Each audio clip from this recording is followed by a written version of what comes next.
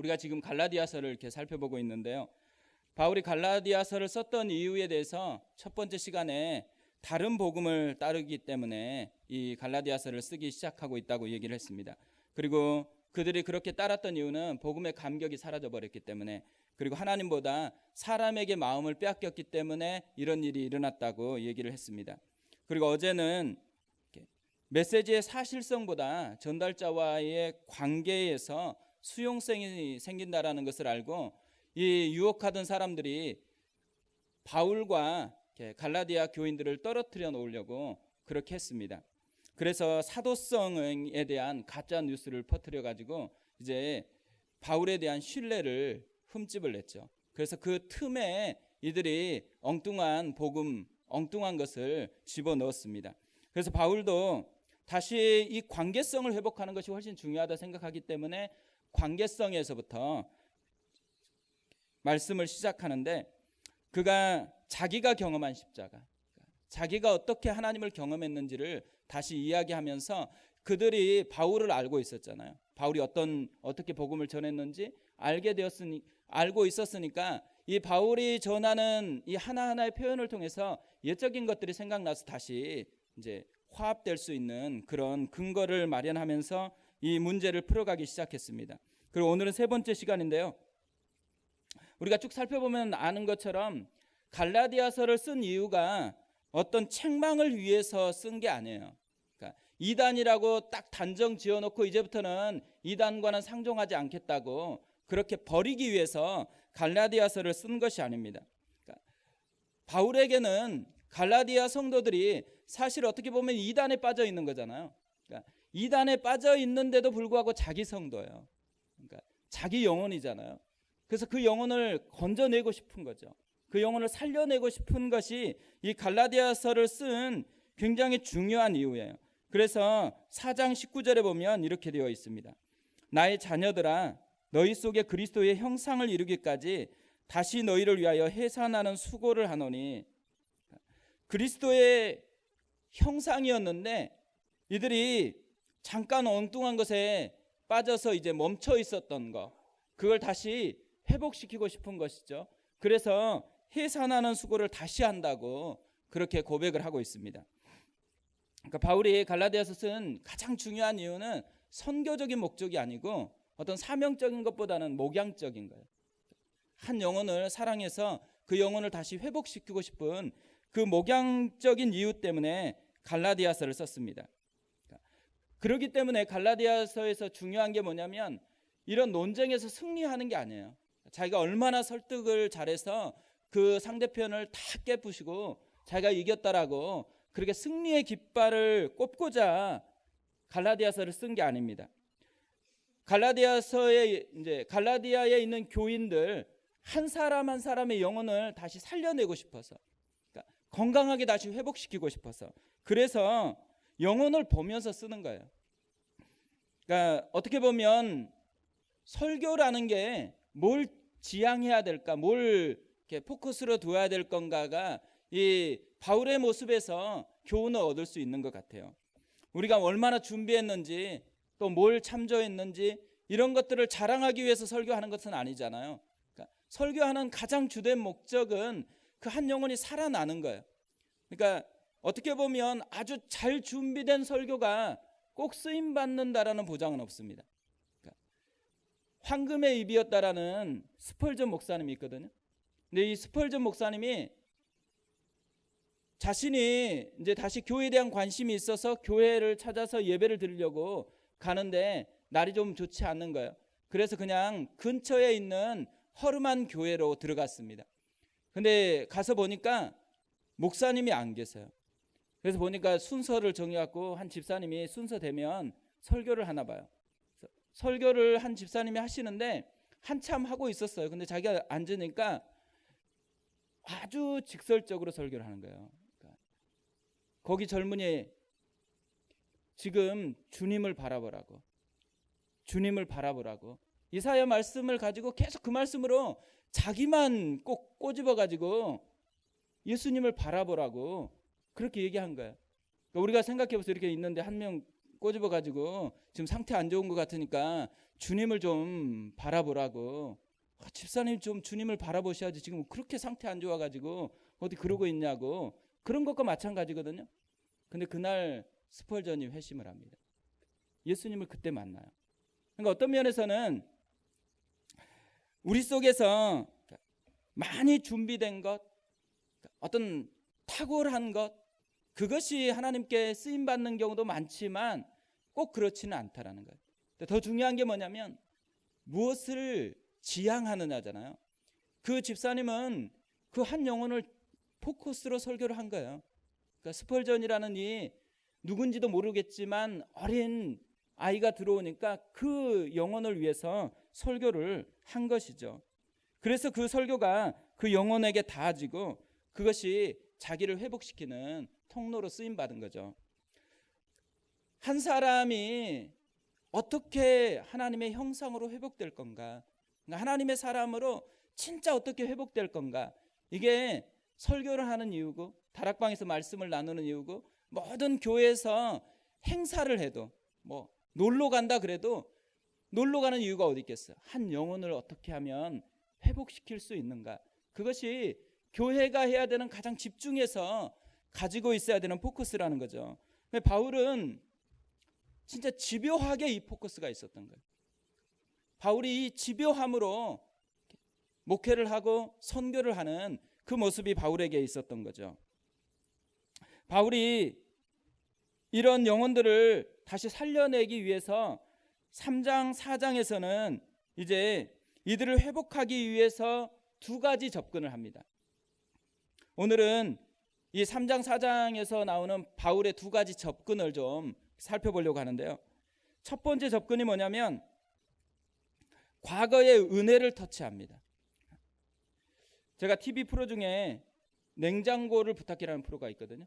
아세요? 알아야지 되는데. 냉장고를 부탁해라는 방송이 있는데 냉장고 가져와서 그 자기 냉장고 속에 있는 재료만으로 이제 주인이 부탁하는 음식을 만들어내는 거예요. 그러면 그 음식을 먹고 이제 그 음식 결과를 또 평가를 하는 그런 프로그램인데 제가 냉장고를 부탁해를 되게 많이 봤거든요. 많이 보면서 뚜렷하게 발견한 게 하나 있어요. 하나는 뭐냐면 음식을 먹는 사람이 맛으로 먹는 경우가 있고 눈물로 먹는 경우가 있더라고요. 맛으로 먹는 경우는 뭐겠어요? 셰프의 재능으로 먹는 거예요. 셰프가 얼마나 잘 만드는지 그 재능을 먹는 건데, 눈물을 먹는 사람을 보면 대부분의 과거의 추억을 먹어요. 엄마가 해줬던 그 맛, 엄마의 손맛, 엄마가 예전에 해줬던 그 맛 때문에 눈물을 흘리거든요. 그러니까 어떻게 보면 맛있는 음식이라는 게 꼭 잘 만든 음식만은 아니더라고요.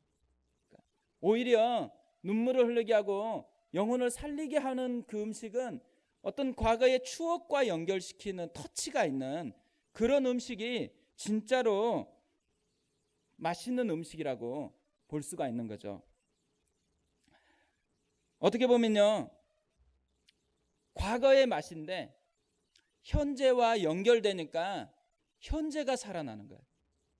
그래서 이런 것을 추억 효과라고도 하는 것 같아요. 그냥 제가 만들었어요. 그러니까 추억 효과. 근데 추억을 파는 게 되게 많잖아요. 추억을 파는 가게도 있고 또 추억을 파는 극장도 있더라고요. 또 추억을 파는 그 문화 코드들도 다 있어요.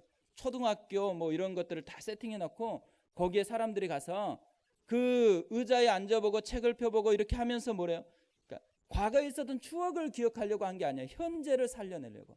현재 내 허전한 가슴을 다시 회복시키고 그러려고 과거의 추억을 연결시켜 놓는 거잖아요. 그러니까 추억이 굉장히 큰 효과를 만들어낸다는 것을 우리는 다 경험적으로 알고 있는 거죠.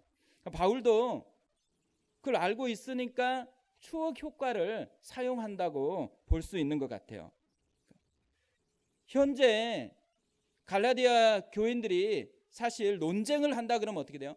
한 사람이 논쟁을 시작하면 상대방도 긴장을 해서 논쟁을 해요.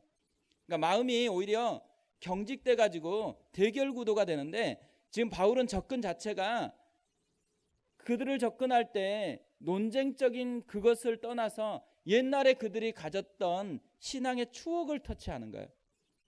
그래서 그 추억을 통해서 다시 마음을 회복할 수 있는 여백을 만들어내는 거죠. 바울이 그 3장에서 그 터치를 하고 있습니다. 대신 책망하면서 이 터치를 해요. 어리석도다 이렇게 막 책망하면서 하는데, 그런데 책망하는 것 사이사이에 나와 있는 터치가 있거든요. 세 가지를 터치를 한 것 같아요. 첫 번째가 뭐냐면 그들이 경험한 십자가의 은혜에 대한 터치를 합니다. 1절을 보면 어리석도다 갈라디아 사람들아, 예수 그리스도께서 십자가에 못 박히신 것이 너희 눈앞에 밝히 보이거늘 누가 너희를 꾀더냐. 십자가에 못 박힌 것이 너희 눈앞에 밝히 보이거늘, 그러니까 눈앞에 보인 십자가, 그 경험이 이들에게 있었던 거잖아요. 그러니까 과거에 바울과 함께 할 때 이들이 경험했던 것은 십자가의 은혜였어요. 그러니까 바울이 설교를 잘한다는 게 아니잖아요.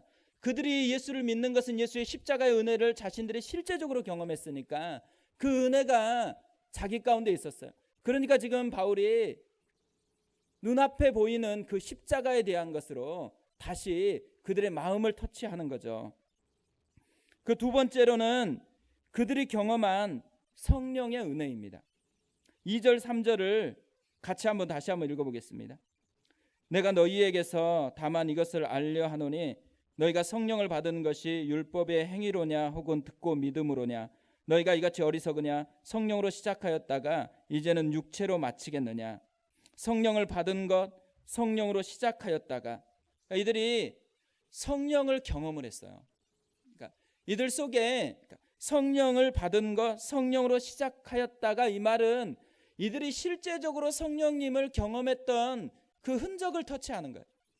예전에 실제로 성령 충만했었고 성령이 자기를 이끌어가는 것이 무엇인지를 경험적으로 그들 속에 있었던 거예요. 그러니까 바울이 그것을 터치를 하는 거죠. 그래서 어떻게 하라는 거예요? 다시 그 기억을 되살리는 그 효과를 지금 내고 있는 거고요. 세 번째가 뭐냐면 그들이 통과한 고난의 은혜예요. 4절에 보면 너희가 이같이 많은 괴로움을 헛되이 받았느냐. 과연 헛되냐. 예수 믿는 것 때문에 굉장히 많은 고난을 받았다라는 거죠. 그러니까 박해를 받았어요. 힘겨운 삶을 살았어요. 그러니까 이들이 이 박해받았던 그 하나하나가 떠오르는 거잖아요. 그러니까 지금 바울이 십자가에 대해서, 성령에 대해서, 그리고 고난당함에 대해서, 괴로움에 대해서 이렇게 설교하고서 이렇게 하나하나 얘기할 때 이들 마음속에 지금 필름처럼 그 사건이 하나하나 이렇게 스쳐 지나갈 거예요. 우리도 옛날의 추억을 생각해 보세요. 내가 진짜 예수를 믿고 행복했을 때, 또 예수 믿는 것 때문에 진짜 힘들었을 때, 예수님과 함께했던 어떤 흔적이 있잖아요. 추억들이 우리 속에 떠오른다 그러면 어떻게 돼요? 지금 내가 어떻게 살고 싶은지가 다시 세팅이 되기 시작하는 거예요. 그러니까 바울이 지금 그걸 기대하면서 하나하나 이야기를 하고 과거에 있었던 그 은혜의 흔적들을 지금 만지고 있는 거죠. 우리가 신앙이 회복되기 위해서는요, 이런 흔적이 필요한 거예요, 사실. 옛날에 신앙의 선배들은 이런 흔적들이 많았습니다. 항상 같은 자리에서 꼭 기도하는 분들이 있었어요. 그렇죠? 옛날에 이렇게 어떤 분이 못 모르고 그냥 딱 자리에 앉았는데 옆에서 권사님이 계속 치는 거예요. 계속 치는 거예요. 그러니까 안내하시는 분이 권사님 이분만 좀 참아주시고 저쪽에서 앉으라 그러니까 권사님이 그 자리 내 자리라는 거예요. 뭐 권사님 무슨 새 놓았냐고. 자기가 그 자리에서 하나님 앞에 죽을 때까지 기도하기로 작정했다라는 거예요. 그러니까 그 권사님에게는 중요한 자리예요. 다른 사람에게는 별로 안 중요한 자리예요. 근데 옛날에는 그런 흔적들이 있었어요, 사실. 신앙 생활을 할 때 저 자리에만 가면 은혜가 되는 자리가 있었어요. 그런 게 있잖아요. 또 우리 가운데 자기 인생의 말씀이 있어요. 어떤 말씀만 떠오르면 다시 회복이 되는 게 있어요. 저 같은 경우는 시편 18편 1절.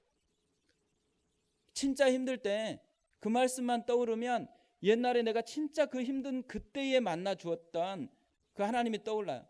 그럼 그것만 떠올려도 회복이 돼요. 또 우리가 이런 것만 있는 게 아니죠. 뭐 전도했던 흔적, 자기가 지나갔던 흔적들을, 주님과 함께 있었던 많은 흔적들을 한번 생각해 보세요.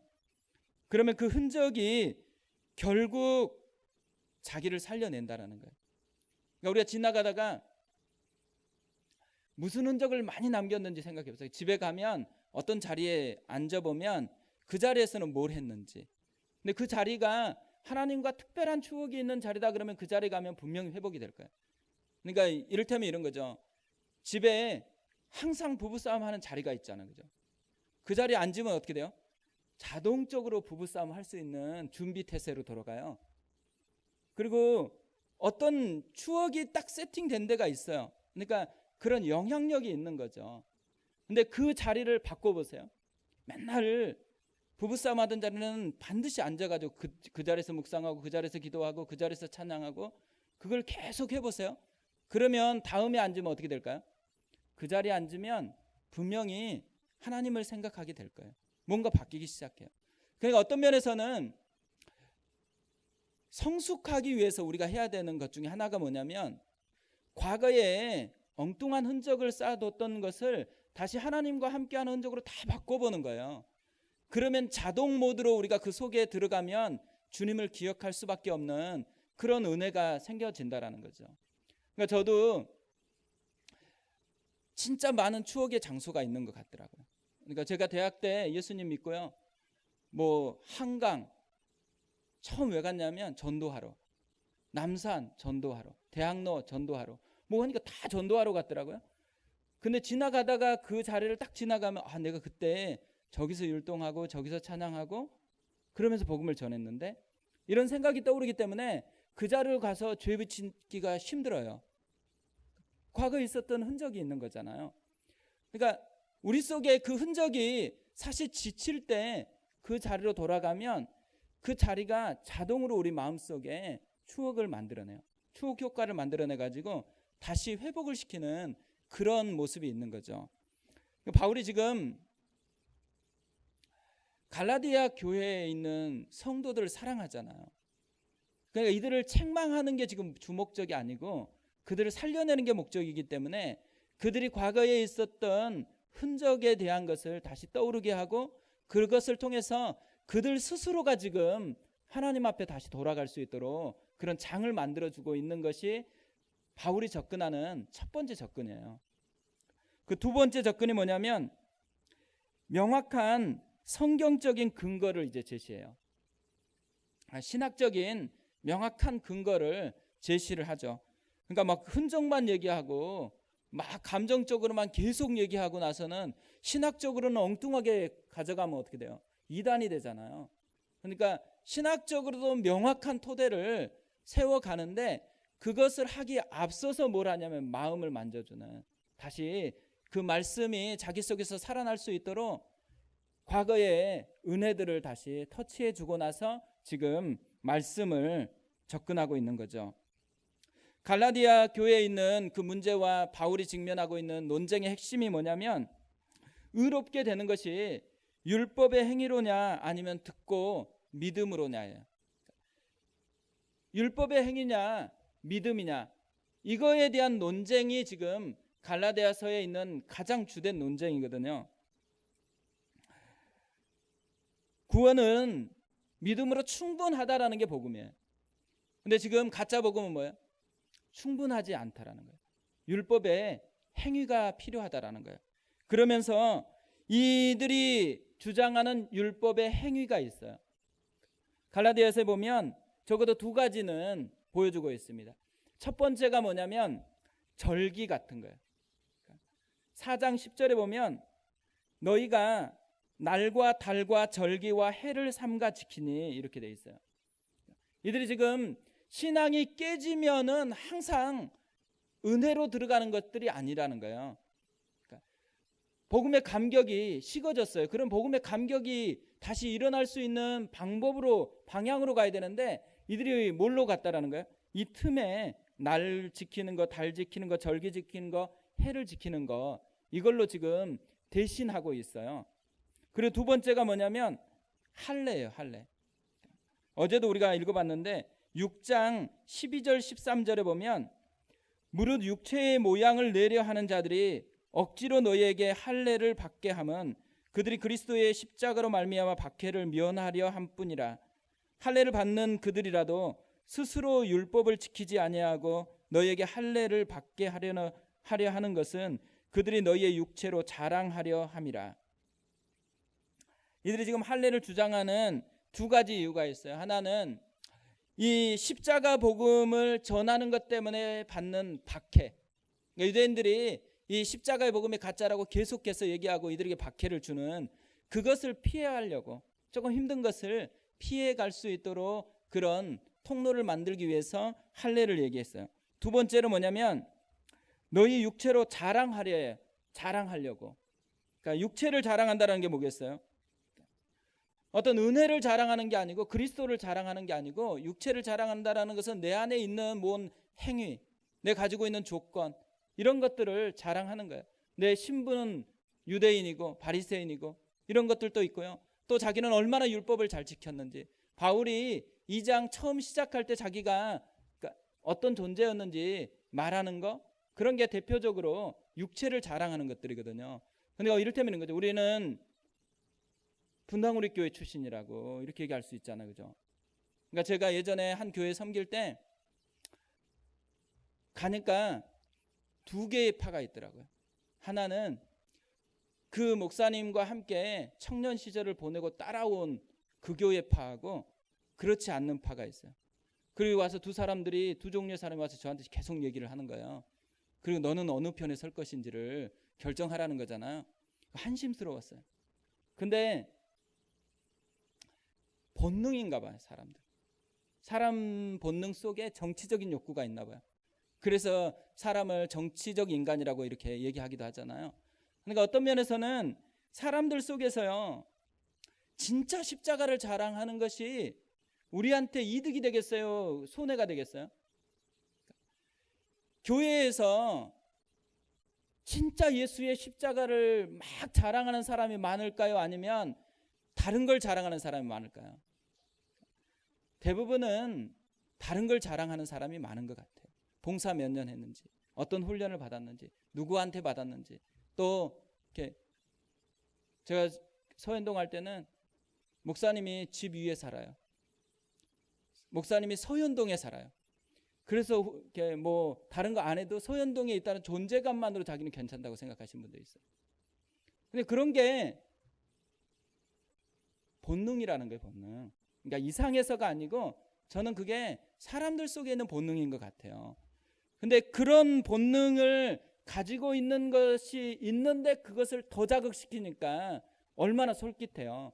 그래서 이 사람들이 지금 할례를 얘기하니까 할례가 어떠냐, 좋냐, 또 그것이 바른 거냐 아니냐를 떠나서 자기 내면 세계 속에 있는 것을 터치해 주니까 그곳으로 갈 수 있는 그런 환경이 된 거죠.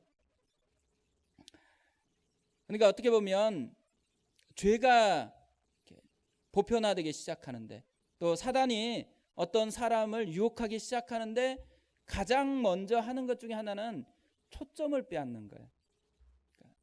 이 에덴 동산에서 뱀이 유혹을 하죠.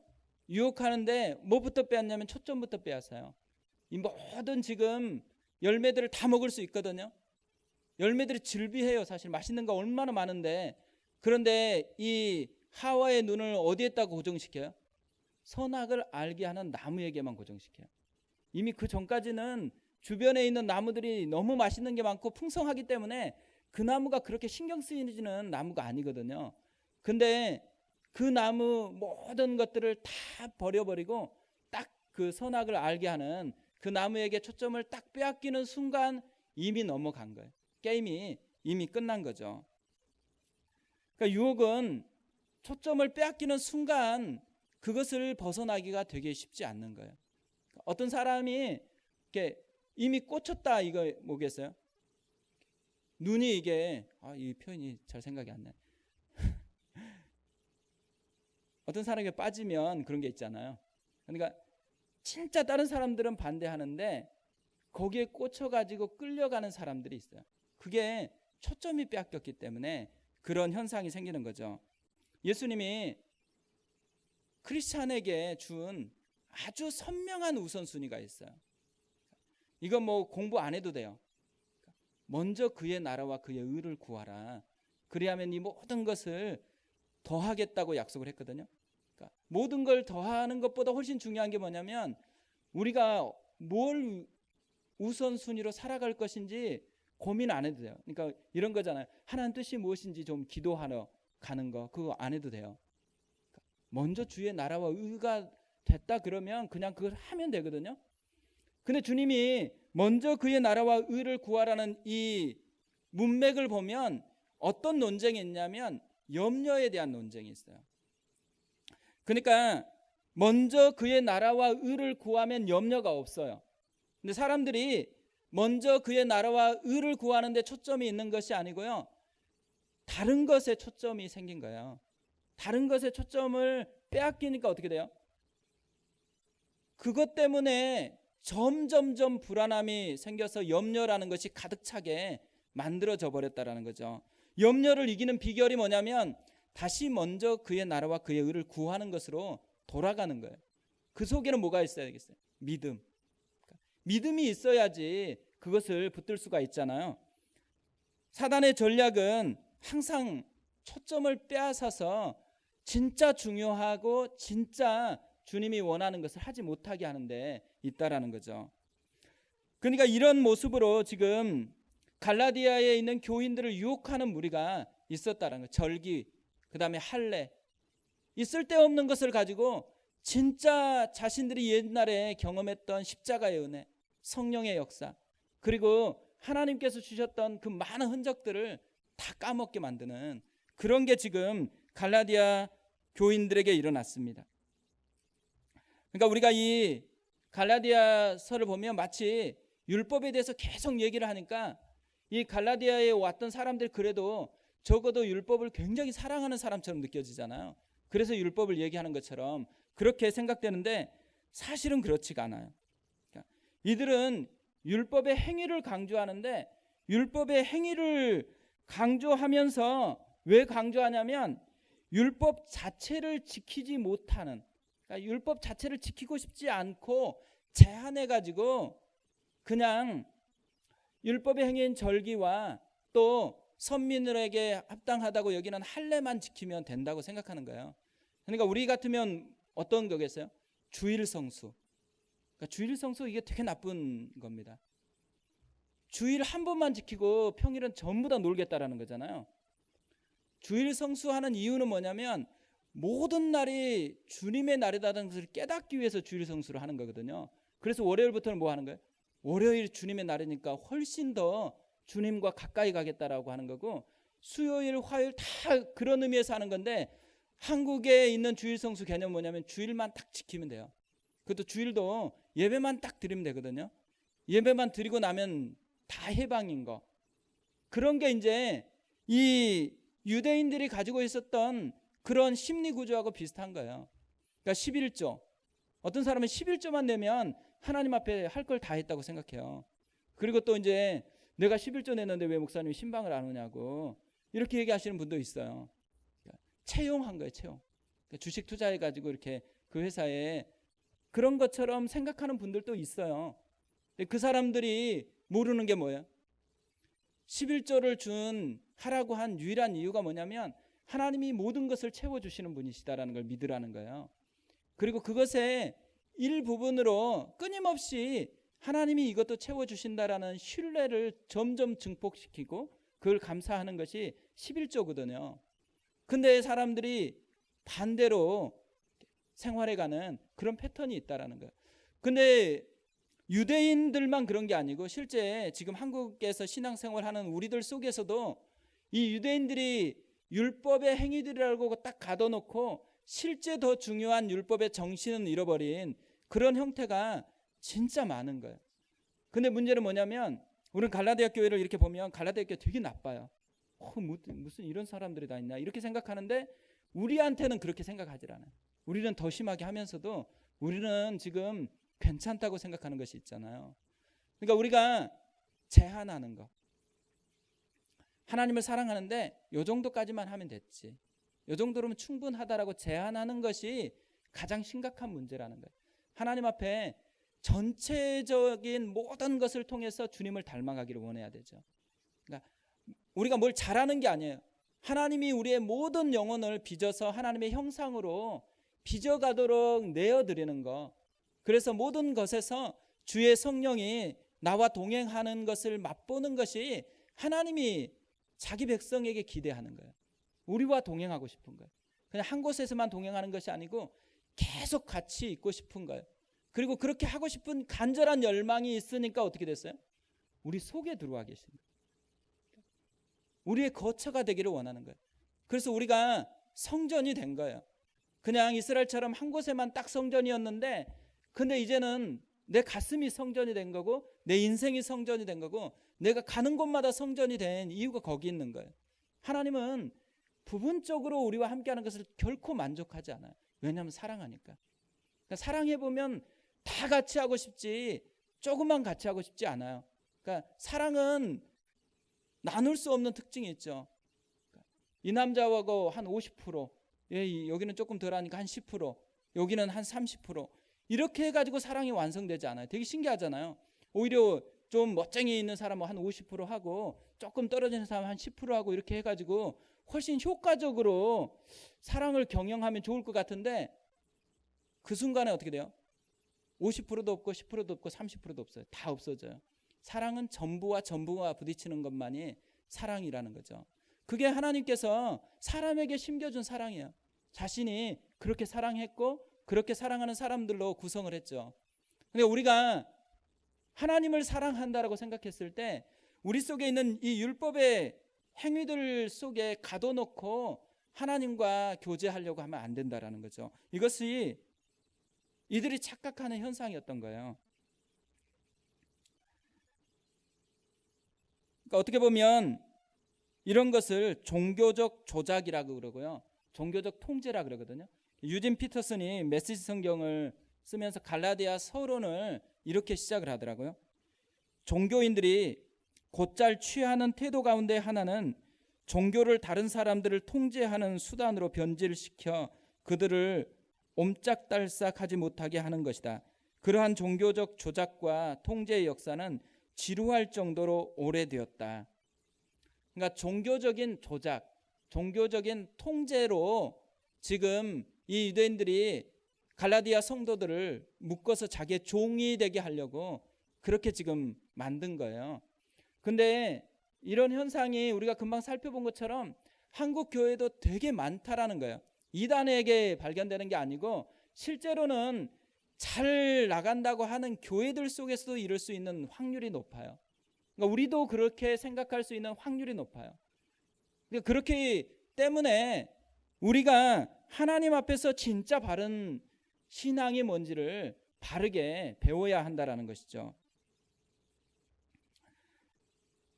바울은 이들이 이런 종교적인 조작을 통해서 율법의 행위들을 지금 강조하고 있다는 걸 알고 있는 거죠. 그래서 그거에 대해서 이제 진짜 바른 성경적인 근거가 뭔지를 이제 제시를 하는 거예요. 그래서 그것들을 그 생각을 깨트리려고 지금 이 편지를 쓰고 있는 거죠. 바울이 이들에게 지금 이 근거를 제시하면서 쓰는 수사법이 뭐냐면 수사법으로 이들에게 쓰는 건데 질문을 해요. 계속 질문하는 이 포커스가 하나 있고 또 하나가 뭐냐면 대비를 해요. 그러니까 율법이냐 믿음이냐 성령이냐 육신이냐 또 율법이냐 약속이냐 율법이냐 자유냐 이런 대비 현상을 통해서 뭘 강조해요? 뒤에 있는 걸 강조해요. 그 강조를 통해서 다시 하나님 앞에 바른 근거가 어디 있는지를 이제 설명하는 거거든요. 첫 번째로 이제 율법이 어떤 것인지를 얘기를 해주죠. 이 대비 현상을 통해서 바울이 지금 논쟁을 삼는 게 뭐냐면 첫 번째 하나님이 제시하는 구원의 원본이 뭐냐요. 원래 하나님께서 계획한 의롭게 된다라는 게 뭔지에 대해서 논쟁을 거는 거죠. 그러면서 누구를 예로 들어요? 아브라함. 그리고 또 율법. 이 두 가지를 대비시켜요. 율법이 먼저인지 믿음이 먼저인지 이 순서로 지금 첫 번째로 바울이 답을 제시합니다. 17절에 보면 내가 이것을 말하노니 하나님께서 미리 정하신 언약을 430년 후에 생긴 율법이 폐기하지 못하고 그 약속을 헛되게 하지 못하리라. 아브라함이 먼저 믿음으로 말미암아서 의를 얻었어요. 근데 율법은 언제 생겼다라는 거예요? 430년 후에 율법을 받았어요. 그러니까 율법보다도 훨씬 먼저 약속이 주어졌어요. 그러니까 믿음으로 말미암아 구원받는다라는 그 원복음이 훨씬 먼저 주어졌다라는 거예요. 그러니까 율법보다도 믿음이 원본이라는 거죠. 그것을 순서를 통해서 제시를 해요. 그 두 번째로 제시하는 게 뭐냐면 율법의 용도를 지금 이들이 잘못 알고 있다라는 거예요. 19절에 보면 그런즉 율법은 무엇이냐? 범법함으로 더하여진 것이라 천사들을 통하여 한 중보자의 손으로 베푸신 것인데 약속하신 자손이 오시기까지 있을 것이라. 율법은 범법함으로 더하여진 것이라고 그렇게 되어 있습니다. 마치 이런 거예요. 신호등, CCTV 이걸 설치하잖아요 지금. 근데 이 CCTV나 신호등이 구원을 주는 능력을 제공하지 않아요. 거룩한 삶을 살아갈 수 있는 능력을 제공하진 않아요. 그걸 하면 안 된다라는 그것까지는 가능해요. 그래서 범법을 못하도록 그때에 추가로 주어지는 것이 율법의 기능이었고 용도였다라고 얘기하는 거죠. 그 세 번째가 뭐냐면 율법은 한계가 있다라는 거예요. 23절, 24절에 보면 믿음이 오기 전에 우리는 율법 아래 매인 바 되고 계시될 믿음의 때까지 갇혔느니라. 이같이 율법이 우리를 그리스도께로 인도하는 초등교사가 되어 우리로 하여금 믿음으로 말미암아 의롭다함을 얻게 하려 함이라. 첫 번째 한계가 뭐냐면 유효 기간이 있다라는 거예요. 시기적 한계. 예수님이 오실 때까지만 한계가 있어요. 그리고 또 하나의 한계가 뭐예요? 이들의 능력이 초등교사와 같아요. 그리고 우리로 하여금 믿음으로 말미암아 의롭다함을 알려주는 데까지 나아가게 하는 기능만 하는 거예요. 그러니까 예수님의 십자가가 필요하다는 것을 깨닫게 해요. 그러니까 구약 죽음으로 끝나요. 창세기도 창조로 시작하지만 죽음으로 끝나요. 구약의 메시지는 딱 하나예요. 인간은 죄인이어서 누군가 도움이 필요하다라는 거.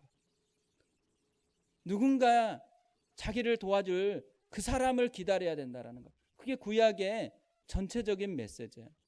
그래서 신약의 뭐부터 시작해요? 예수 그리스도로부터 시작하는 거예요.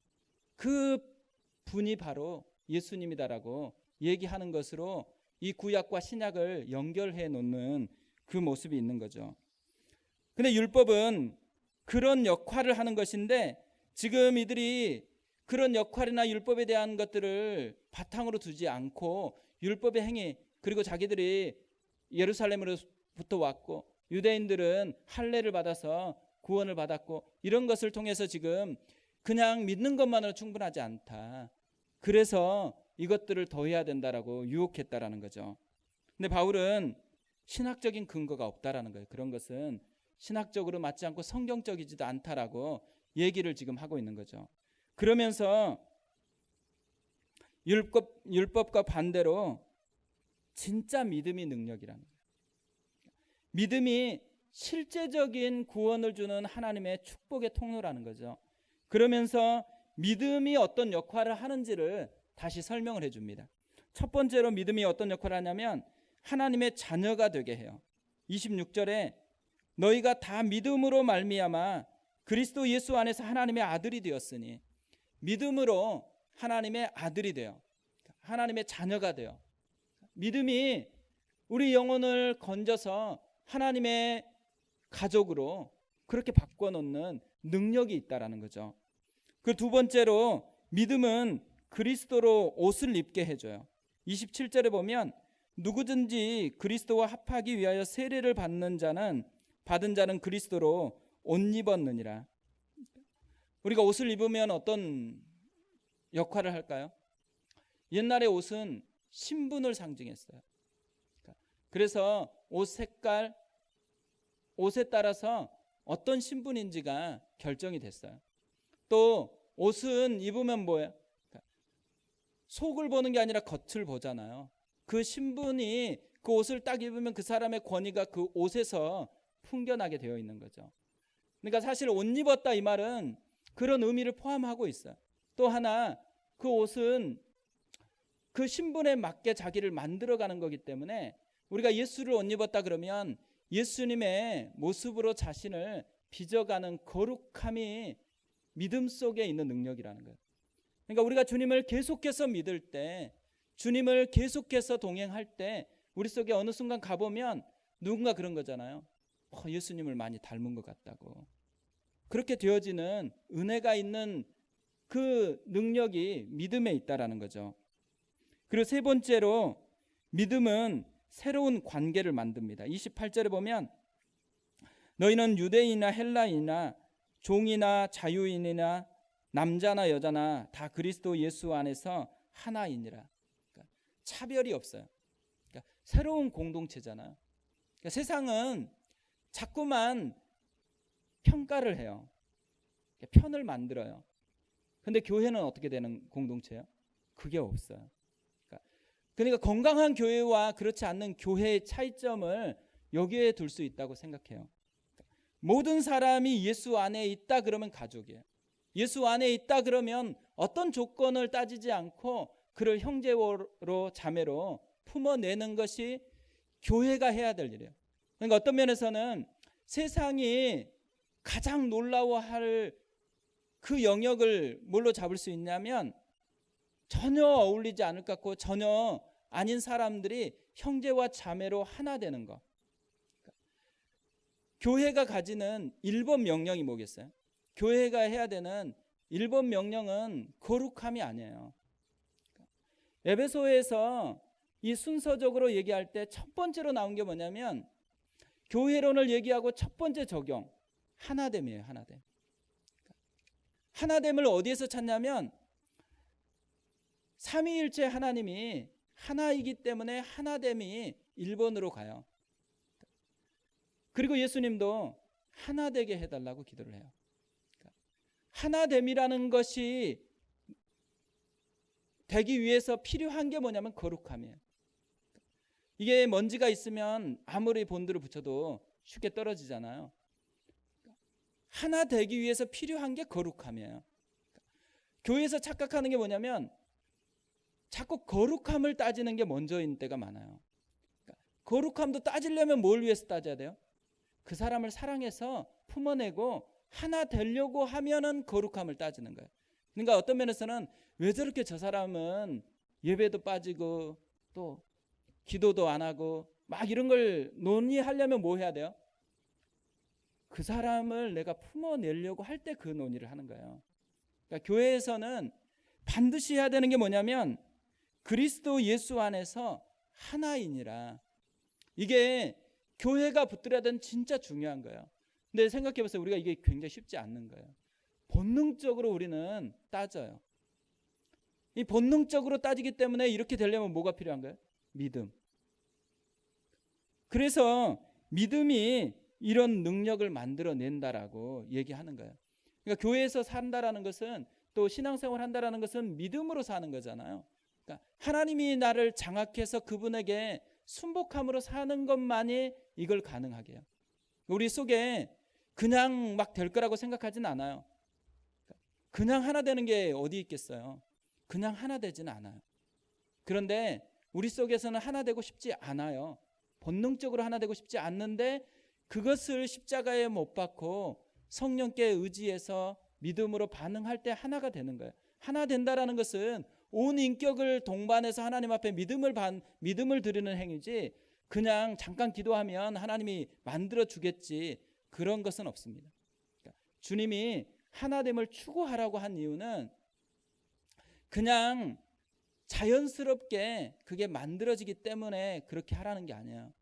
그러니까 믿음을 동반해서 의지를 복종시키고 그를 사랑하겠다고 품어낼 때 그때의 그 일이 일어난다라는 거죠. 그러니까 사실 우리가 교회가 되기 시작했잖아요. 1월부터 시작해서 지금 3월까지 교회가 되려고 왔어요. 그러니까 교회가 되는 데 있어서 가장 필요한데 잘 안 하는 게 뭘까 생각하면 믿음을 잘 활용을 안 하는 거예요. 믿음으로 한 사람에게 가서 한 지체됨을 선포해 줘야 되잖아요. 한 사람이 힘들 것 같다 그러면 힘들 것 같은 사람에게 가서 한 사람이 당신이 나와 한 몸이고 그리스도 안에서 하나다라는 것을 얘기를 해줘야 되잖아요. 근데 제가 생각해 보니까 저희 교회에 오신 분들은 저하고 좀 비슷하세요. 저도 사람이 저쪽에서 오면 약간 피해서 가는 형태거든요. 저쪽에서 오면은 저는 가서 만나서 악수하는 형태가 아니에요. 그러니까 제가 전에 이제 한 교육자고 이렇게 가고 있는데 저쪽에서 누군가 오고 있었어요. 그 제 마음속에 본능적으로 저 길로 가야지 이렇게 생각해서 이쪽으로 한 발을 내딛었는데 이 친구가 달려가서 그분하고 악수를 해버리는 거예요. 근데 악수하고 난 가야 되는데 계속해서 얘기를 하는 거예요. 제가 보고서 사람이 다르구나. 사람마다 성향이 다르고 이런 게 되게 다르구나. 근데 이제 저 같은 사람이 뭘 해야 되겠어요? 자연적 본능적으로 되어진 사람은 그래도 조금 나은데 저 같은 사람은 믿음을 사용해서 하나됨을 추구해야 되는 것 같아요. 그러니까 근데 우리 교회는 믿음을 담아서 사람에게 다가가고 그 사람에게 표현하고 한 가족됨을 선포하는 것이 있어야 된다라는 거죠. 왜냐하면 우리 교회가 지금 출발한 지 얼마 안 됐거든요. 그리고 가슴 속에 다 외로워요. 그러니까 제가 생각하면 다 외로울 것 같아요. 어떤 사람은 다른 사람 신경 써서 외롭고 또 실제적으로 외롭고 외로울 때 뭐가 필요한 거죠? 믿음.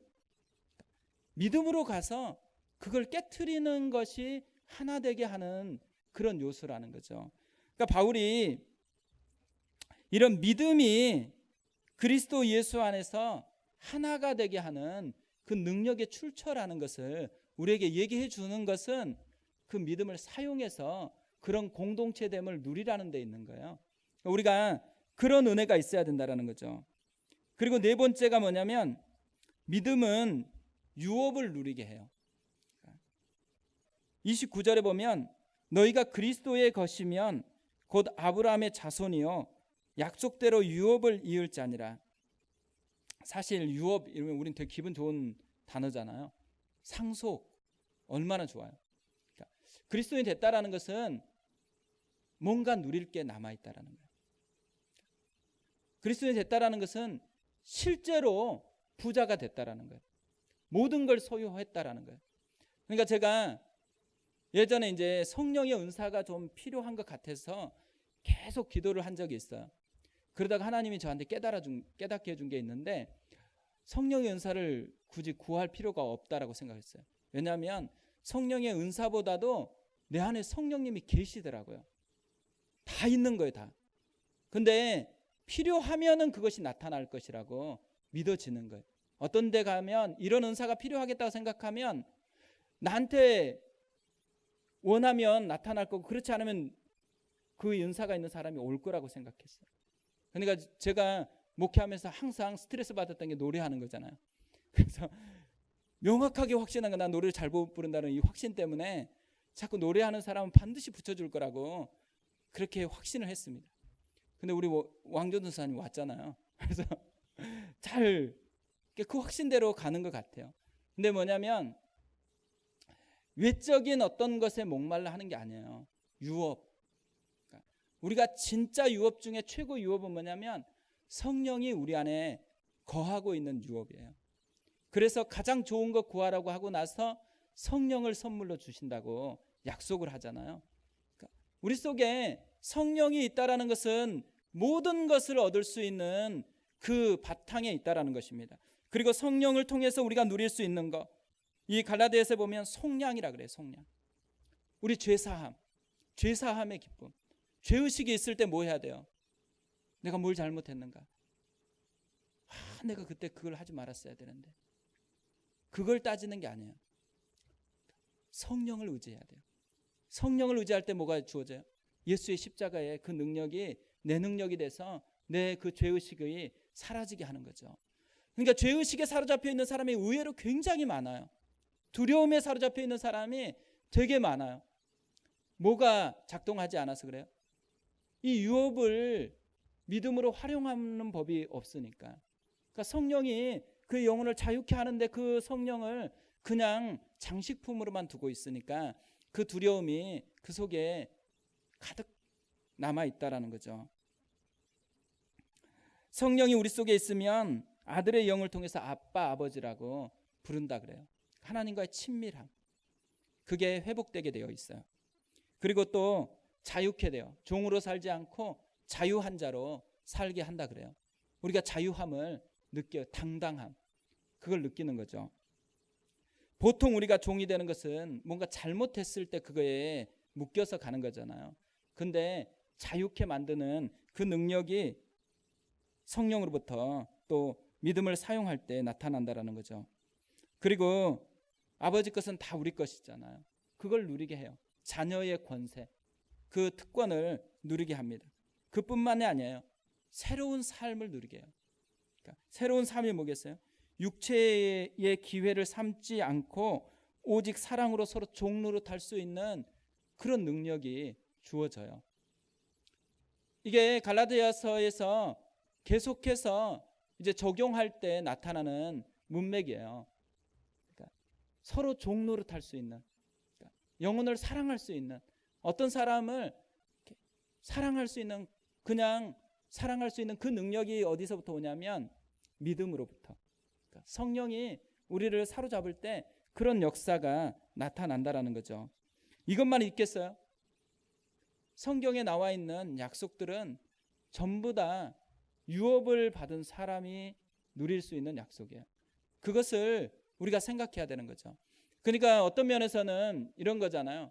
큐티를 한다고 했을 때 오늘 내가 범한 죄가 무엇인지를 찾는 것보다도 하나님이 오늘 나에게 약속한 게 뭔지, 내가 누릴 수 있는 게 뭔지, 그걸 찾는 것이 훨씬 더 가치 있다고 생각을 합니다. 우리가 자녀됐다라는 것을 인식하면 뭐예요? 자녀된 특권이 뭔지를 계속해서 인식하는 거잖아요. 그러니까 마치 이런 거예요. 대령에서 별로 이렇게 진급하면 51가지인가? 그걸 더 누릴 수 있는 특권이 주어진대요. 그러면 별자리를 얻은 사람은 뭐 하겠어요? 자기가 뭘 누릴 수 있는 건지 분명히 찾아볼 거예요. 그리고 그것들 하나하나 펼쳐보고 그거 한 번씩은 해보겠잖아요. 유업으로 얻는다라는 그런 거예요. 내가 어떤 유업을 가지고 있는지, 내가 누릴 건 뭔지, 하나님이 나에게 약속한 건 뭔지, 그것들을 살펴보고서 그것이 실제로 구동하는 데는 뭐가 작동해야 되냐면 믿음이 작동하는 거.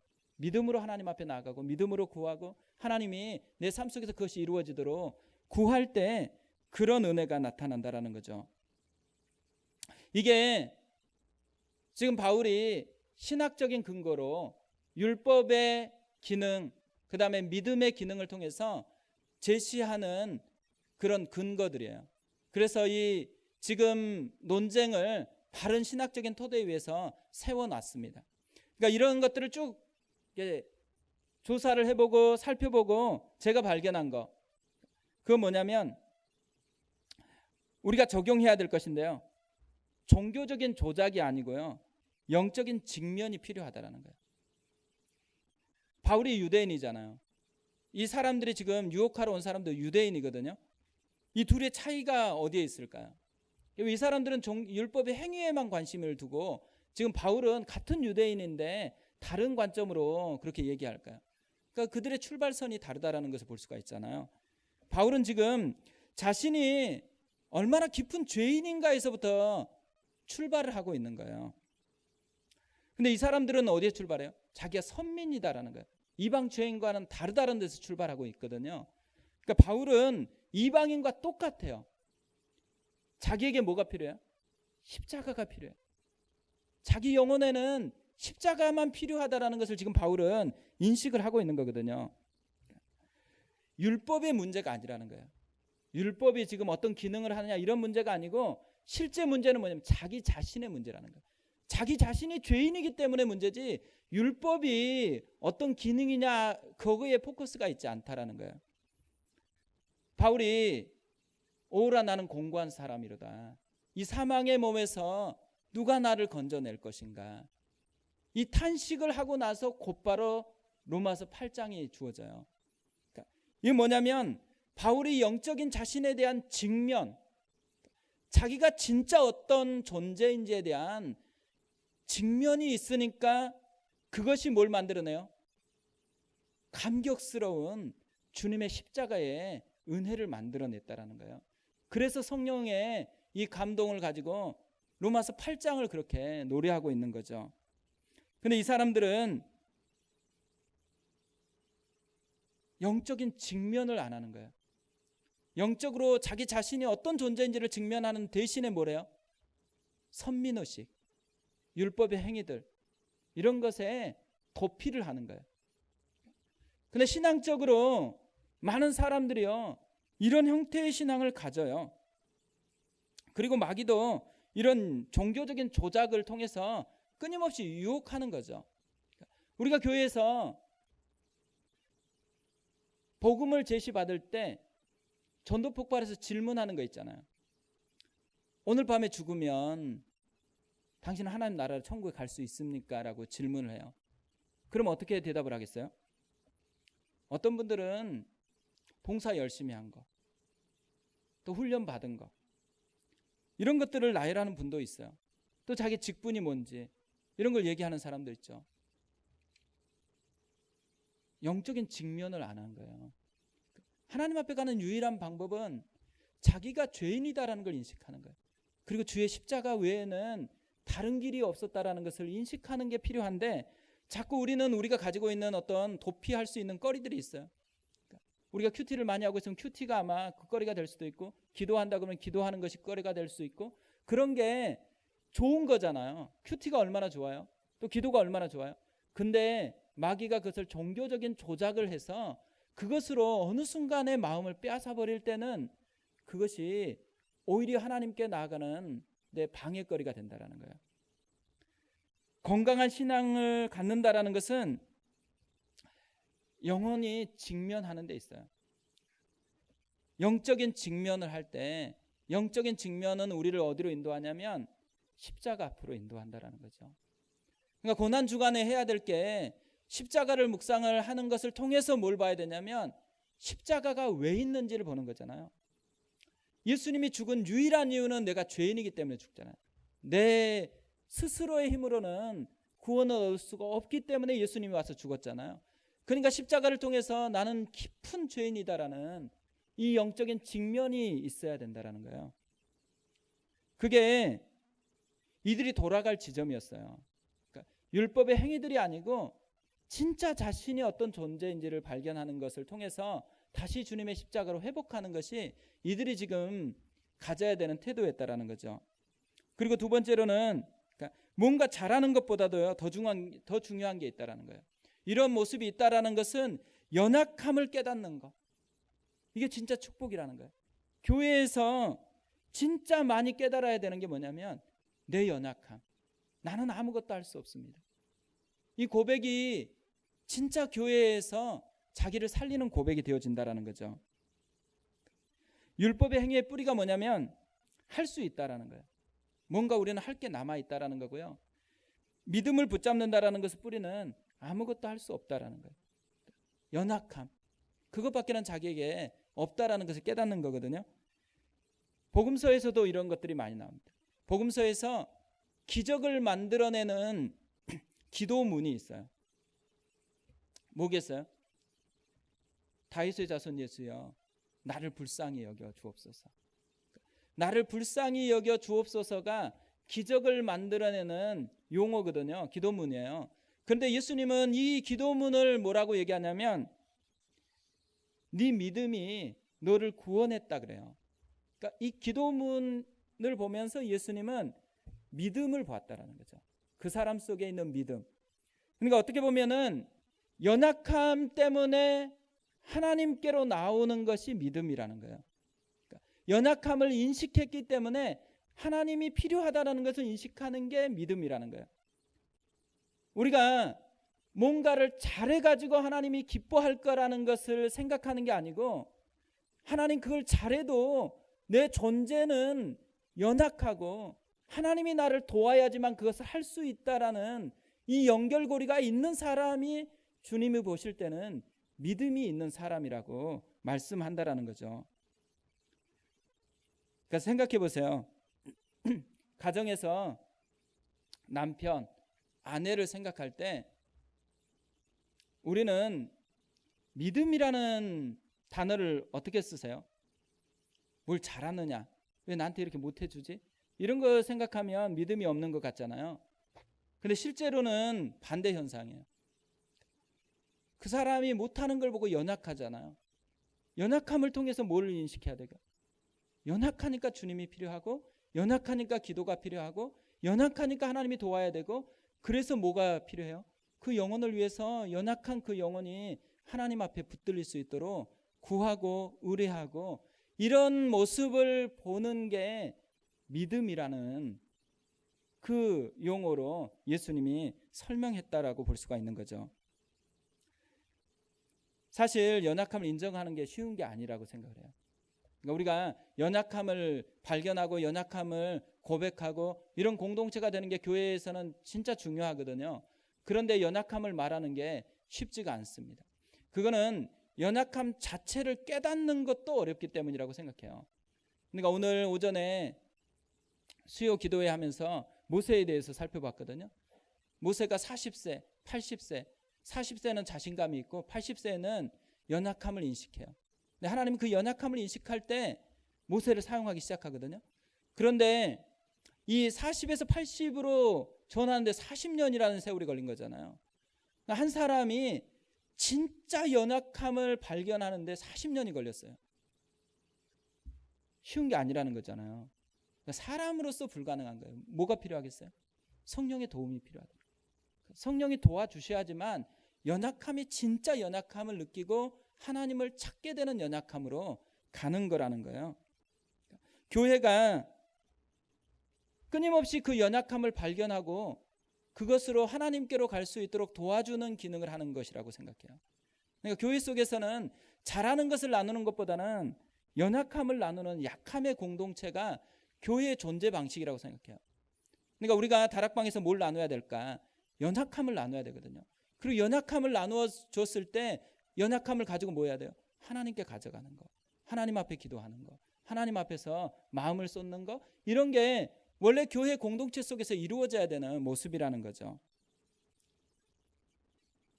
그리고 이런 진짜 온전한 믿음을 가지기 위해서는 성경적인 바른 지식이 필요한 거죠. 그리고 또한 그 성경적인 지식이 삶으로 경험된 흔적이 필요하다라는 게 이 갈라디아서가 우리에게 전하는 메시지라고 생각을 합니다. 그러니까 우리가 교회에서는 반드시 두 가지는 해야 되는 거예요. 성경적인 바른 지식을 가르쳐 줘야 돼요. 그리고 또 하나는 그 지식이 바르게 스며들 수 있는 장을 만드는 것은 반드시 해야 되는 거죠. 그러니까 교회가 다른 것은 안 해도 그것을 할 수 있는 센터의 역할은 반드시 해야 되는 게 교회의 기능이라고 볼 수가 있는 거죠. 그것을 놓쳐버리니까 갈라디아 교인들도 쉽게 넘어가는 그런 형태가 되었다라는 것입니다. 그러니까 우리가 오늘 되게 몇 편의 설교를 한 것 같아요. 한꺼번에. 생각해보니까 되게 많은 얘기를 했는데 이제 정리를 해야 되잖아요. 그러니까 정리는 뭘로 하겠어요?